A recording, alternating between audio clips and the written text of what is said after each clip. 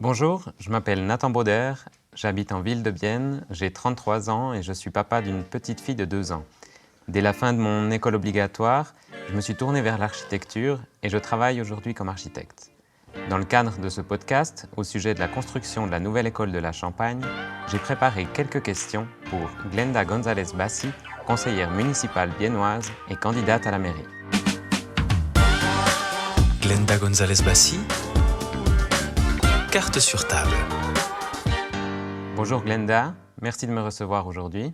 Bonjour Nathan. Comme première question, est-ce que je pourrais te demander de situer cette nouvelle école de la Champagne ? Oui, bien sûr. L'école de la Champagne à venir se trouverait sur les terrains à l'entrée en fait du quartier de la Champagne, le long de l'allée de la Champagne, en face de l'ancien stade de foot.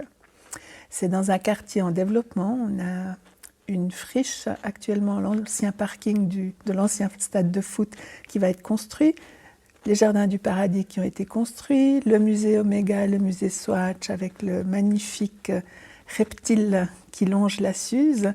Donc voilà, c'est dans ce quartier-là que se trouvera l'école sur les terrains actuels de l'ancienne piste d'athlétisme. Donc ce site, il a été amené à être pas mal développé. J'ai vu qu'il y a eu différents concours d'urbanisme et d'architecture qui ont été organisés pour développer cet endroit. Ce concours d'architecture pour la nouvelle école, il date de 2019. Et moi, je me demande si aujourd'hui, il correspond encore aux besoins qu'on a. Bien oui, toutes nos études démontrent et confirment le besoin de cette école en termes d'évolution démographique. Et on a une pression incroyable sur les écoles au niveau des écoles à journée continue. Maintenant, ce qu'on réalise aussi, c'est que les temps sont très longs entre le moment où on identifie les besoins et le moment où la construction est réalisée. Et là, je pense qu'on aurait effectivement moyen d'améliorer un petit peu les procédures pour pouvoir raccourcir le temps et pouvoir bénéficier justement d'une durée de projet un peu moins longue. Peut-être que ça réduit aussi un petit peu les coûts à terme, mais ça nous permet d'être plus réactifs et plus flexibles dans le besoin et l'adaptation des besoins au final pour toute construction. Mais du coup, ces besoins ils ont été définis sur des statistiques démographiques ou est-ce qu'il y a aussi eu des impacts concrets sur cette partie de la ville de Bienne qui amènent à une augmentation de la population ou à des besoins supplémentaires ? Alors, l'évolution démographique, elle est claire. Elle nous démontre justement qu'il y a une évolution des effectifs scolaires. Mais il y a aussi une évolution de la société. Par exemple, l'évolution des demandes à l'école à journée continue est vraiment beaucoup plus forte que l'augmentation des effectifs scolaires. Ça veut dire qu'il y a un changement entre la demande des familles d'avoir plus d'heures de garde à l'école à journée continue. Et enfin, il y a le développement de la ville. Et c'est évident que dans le quartier de la Champagne, on a avec la construction des jardins du paradis et la construction de la fleur de la Gourtsolène Plus à venir sur les anciens parkings, c'est vrai que là, on aura une pression aussi, une densification du quartier qui fait sens de construire cette école à cet endroit-là en particulier.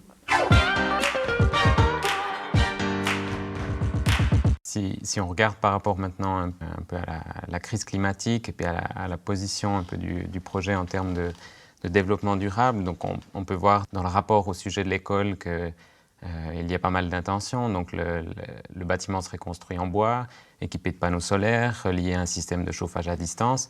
Mais là, on parle quand même d'une nouvelle construction. Est-ce que la ville de Bienne n'aurait pas pu utiliser des bâtiments existants, par exemple ? On l'a déjà fait. On a la rue des Prés, par exemple, qui est une école faite dans une ancienne friche industrielle. On a des pavillons un peu partout. On a aussi cherché à acquérir d'autres friches industrielles par le passé, mais ça n'a pas pu se concrétiser pour diverses raisons. Donc, on est un petit peu au bout des solutions alternatives, je dirais. Et à moins d'investir énormément, mais il faut encore que le lieu fasse sens. Par exemple, ça n'aurait pas de sens de faire une école aux anciens abattoirs, même qu'on dispose des locaux. Il faudrait vraiment réfléchir à trouver d'autres lieux. Et là, je crois que vraiment, on a exploré. Et il faut maintenant passer vraiment à la construction d'une école. Après 60 ans, il faut dire que ça fait 60 ans que Bienne n'a pas construit d'école et n'a pas investi dans une nouvelle structure scolaire. Du coup, les autres structures scolaires, est-ce qu'elles n'auraient pas pu absorber ces besoins supplémentaires ? Eh bien non, vu qu'elles sont toutes occupées. On n'a pas d'autres structures scolaires qui a encore des capacités. On parle de 26 classes à ouvrir d'ici 2030. 2030, c'est demain. On est sûr de ce volume étant donné qu'on a les effectifs déjà scolarisés.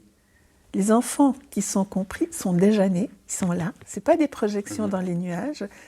Donc là, non, la réponse est clairement non. On manque de classes, on manque de halles de gym, on manque de places pour les écoles à journée continue.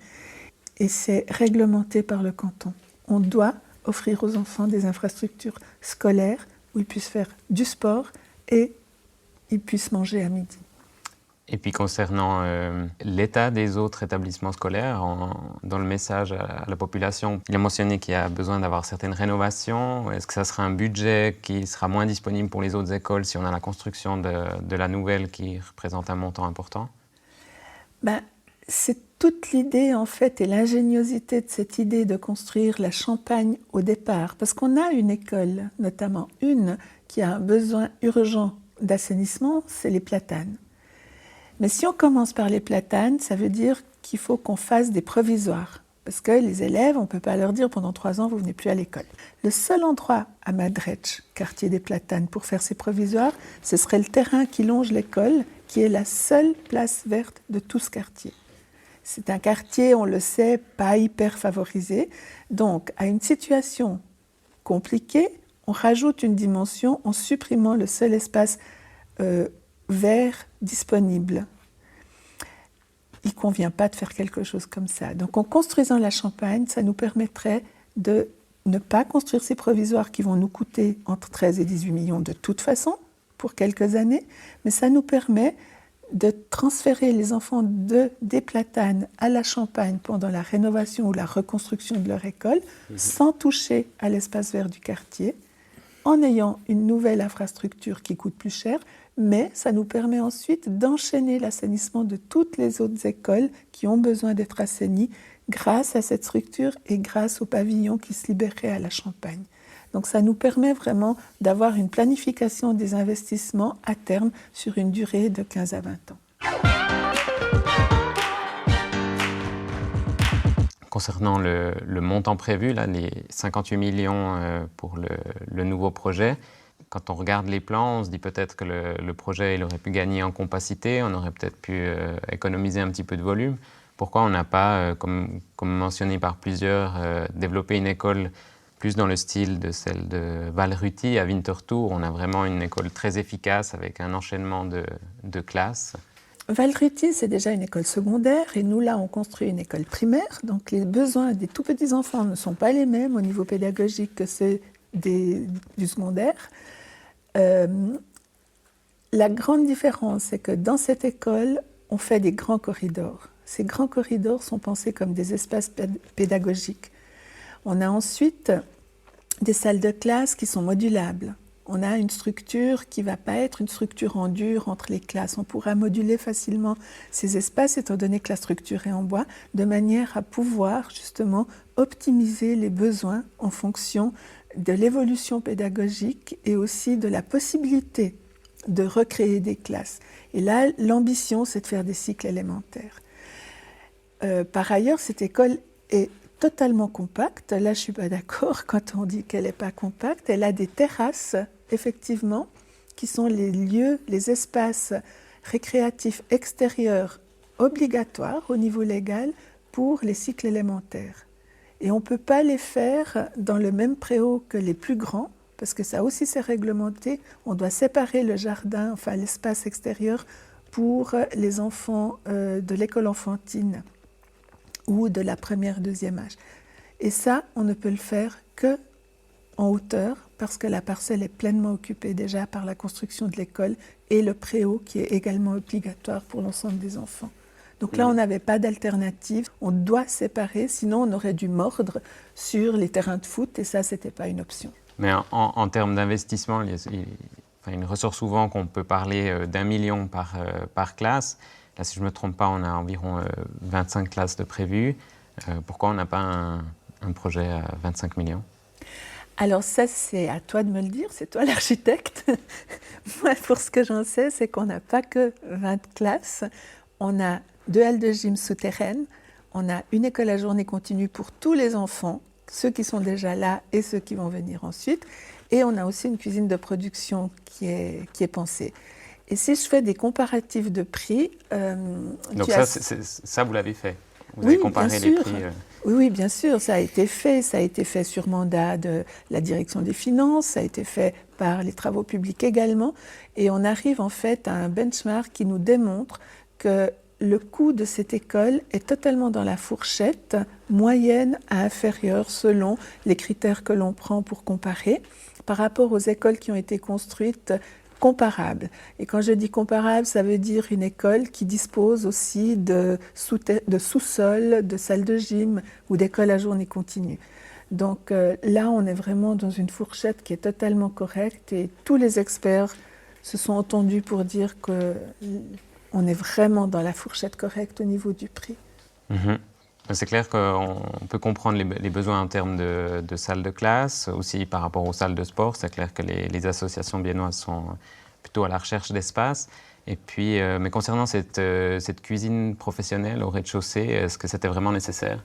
Eh bien, on a eu une augmentation de plus de 15% en même pas une année de demande à l'école à journée continue. Et on est à la limite de la capacité avec la cuisine de production qui a été faite. C'est-à-dire cette cuisine de production que nous avons au Redern, elle produit à peu près 270 000 repas par année. Il n'y a pas l'équivalent ailleurs ici. Donc c'est vraiment quelque chose qu'on avait pensé atteindre dans quelques années, mais on y est déjà. Et c'est probablement par rapport à cette évolution de la demande de la société. L'organisation des familles change, la société évolue et on doit prendre ça en compte, on ne peut pas l'ignorer. Et notre tâche en tant que commune, c'est de mettre à disposition justement ce mode de garde. Et les enfants, à midi, il faut leur donner à manger. On n'a pas le choix. On arrive gentiment vers la fin de ce podcast. J'aimerais toutefois te poser encore une question. On imagine souvent le projet de cette école dans le contexte actuel, mais si on regarde vers le futur, quelles pourraient être les retombées positives ou attendues d'un tel investissement? Eh bien, positif, c'est évident que quand on a une nouvelle école, les gens qui y travaillent se sentent valorisés. Les enfants qui y vont se sentent valorisés et reconnus. Les familles qui envoient ces enfants dans cette école sont aussi fiers que leur enfant est dans une nouvelle structure. Je viens ce matin de faire une visite à l'école du Four et je vous assure que les équipes sont ravies de travailler dans cet environnement. Les enfants prennent soin de cette école parce qu'elle est belle, elle est neuve. Et ça, c'est quelque chose qui est important à considérer. En dehors du fait que pour le quartier, pour la ville, c'est quelque chose d'extrêmement positif et de dynamique de dire la ville investit pour l'avenir. La ville investit pour les familles, pour le quartier, pour le développement de la ville. Et les retombées positives sont au-delà de la perception. Il y a effectivement aussi des retombées fiscales et je suis persuadée que les nouvelles familles qui viennent s'installer à Bienne, ce sont des jeunes familles, font le choix de s'installer à Bienne parce que nous avons une école de qualité, des moyens de garde extrafamiliale qui sont pertinents, il n'y a pas de liste d'attente. Et tout ça mis ensemble, c'est le levier principal de notre société, c'est la formation et la construction des individus de manière autonome. Et c'est vers ça que nous tendons. Alors, merci beaucoup Glenda d'avoir répondu à toutes mes questions. Merci à toi Nathan, à bientôt. À bientôt.